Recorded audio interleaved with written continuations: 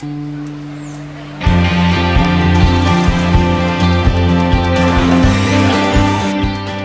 disso, o Senhor designou outros 72 e os enviou 2 a 2 diante dele, a todas as cidades e lugares para onde ele estava prestes a ir.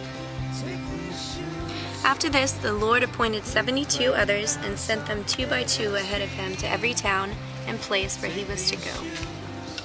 So, Allie, what the hell is missional after all? Well, I'm glad you asked. I have a paper due today, and I'm hoping to get out of it. So maybe by offering an explanation verbally, it'll compensate.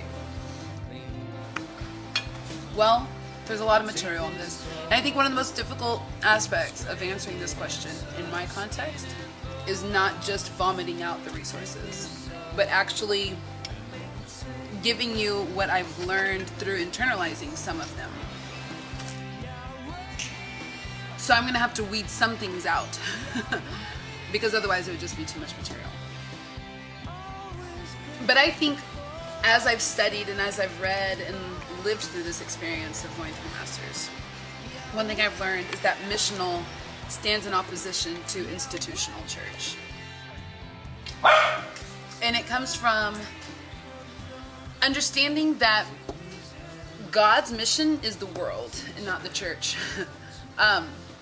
John 3:16 is an interesting way to understand this because it says, "For God so loved the world that he gave his only son," not "for God so loved the church that he gave his only son."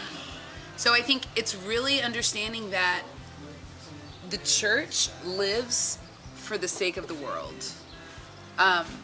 The church lives as a partner to reach the world, as a partner with God to reach the world.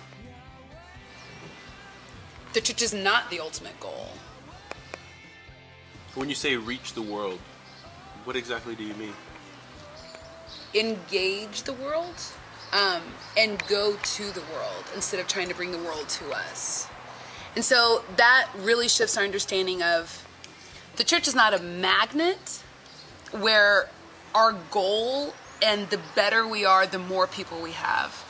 But the church is more like a catapult in the sense that we are launching people out to engage the world. We're launching people out to truly listen and to observe the way that God is already moving outside the four walls of a building. Like a drop in the ocean. A colheita é grande, mas os trabalhadores são poucos. Portanto, peçam ao Senhor da colheita que mande trabalhadores para a sua colheita. He told them, "The harvest is plentiful, but the workers are few. Ask the Lord of the harvest, therefore, to send out workers into the harvest field." And in that sense, we're witnesses. We're witnesses to the movement. We're witnesses to the movement that God is creating outside of our church. And we're witnesses to the movement that God is creating within our life. And so when we go to listen in what ways God is active, and we go to share in what ways God is active in us, within us. And this really decreases the us versus them mentality of a church, because you're not standing in opposition to the world, but you exist to serve the world. The church is a servant, and also I think one of the things that Kiefert spoke while we were in class in August, which is one of my professors, he said the church is the calling, the gathering, the centering, and the sending of people. And I think that is really incredible to imagine Sunday morning worship like that. Sunday morning being a time for us to call, gather, center, and send, instead of gather and criticize, or gather and stone the world, or gather and judge. But it's actually us sending it out, sending our representation back out into the world. And understanding that we are nothing but representatives of the world within a gathering, you know. We come representing the world. That's interesting. Not opposing the world. Isn't that awesome? I mean, really, it's life-changing.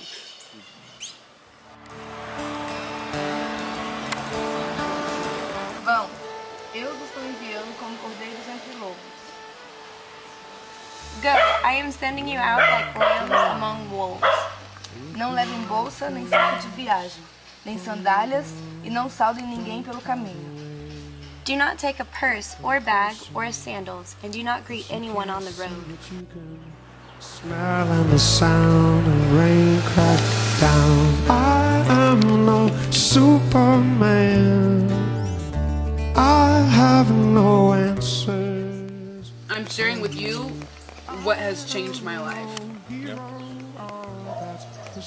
One of the big changes that this propels is how we understand and interact with change.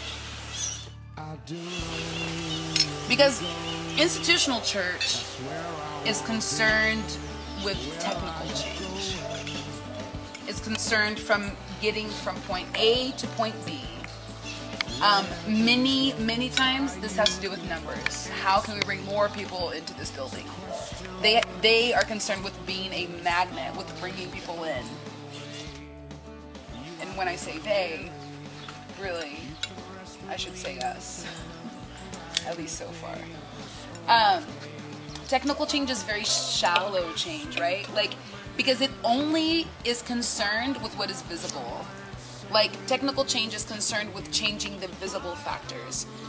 But the most valuable and life transformational change is what deals with the unseen factors, what deals with the factors that are below the surface, like the root factors. So it's very shallow. There's not a lot of depth to it. It's extremely strategic, and it has to do with proportioning steps to manipulate a group of people and to get all of them to capture your imagination, you know? There's not a lot of freedom and there's not a lot of interaction with their imagination concerning the church and the mission. It has to do with thinking of God blessing us, God blessing what we're doing, God blessing our initiatives, and very little to do with what is God already blessing that we need to dive into. And it really understands future as a goal, future as something that we are planning, we're strategizing for, and we're going to achieve this goal. So that's institutional church understanding of change. Hi, Gusto. On a Sunday, it has a lot to do with what looks good.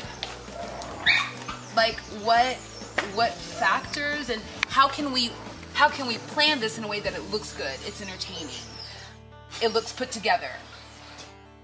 If Donizetti gets up there on Sunday and he doesn't speak well, then the concern becomes, don't invite Donizetti, who can deliver this well? So it's a lot about presentation, beauty. It's very material in that sense. It's very materialistic in that sense. It's a lot about quality control and making sure that we're guiding the quality of Sunday morning worship, you know? We invite the people that are going to deliver it well, speak clearly, keep it down to 3 minutes or less, and be a put together presence up there. And a lot of times, unfortunately, churches that act in this sense, they think, okay, we've got it. We've figured out the formula. We got God's direction. And that's incredibly naive of their part.